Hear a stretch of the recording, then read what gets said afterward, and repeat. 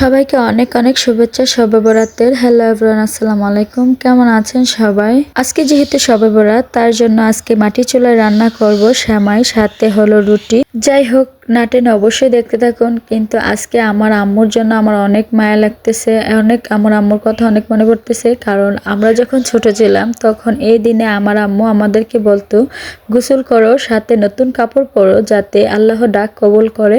যাই হোক, ওই দিনের আম্মুর কথাগুলো আমার এখনো মনে পড়ে। কিন্তু আমি এখনো গোসল করে শবে বরাতে নামাজ পড়ি। শবে বরাতে নামাজ নাকি গোসল করে পড়া উত্তম। যাই হোক, সবাই আমার আম্মুর জন্য অনেক দোয়া করবেন। এদিকে আমি চুলায় এসে বসিয়ে দিলাম দুধ এবং সাথে আটাও কাই করে নিছি। এখানে আমার ছোট যা এবং আমার বোনের মেয়ে ওরা বসে পড়লো রুটি বানানোর জন্য, আর আমি এদিকে চুলার মধ্যে বসে পড়লাম সেমাই রান্না করার জন্য।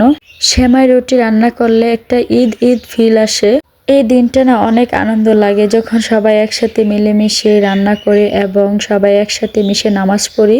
যাই হোক, এদিকে কিন্তু আমি দিয়ে দিলাম এলাচ এবং সাথে দিয়ে দিলাম নারিকেল, তেজপাতা আর হলো চিনি দেওয়ার পরে ভালো করে বলক আসার পরে উঠিয়ে নিলাম।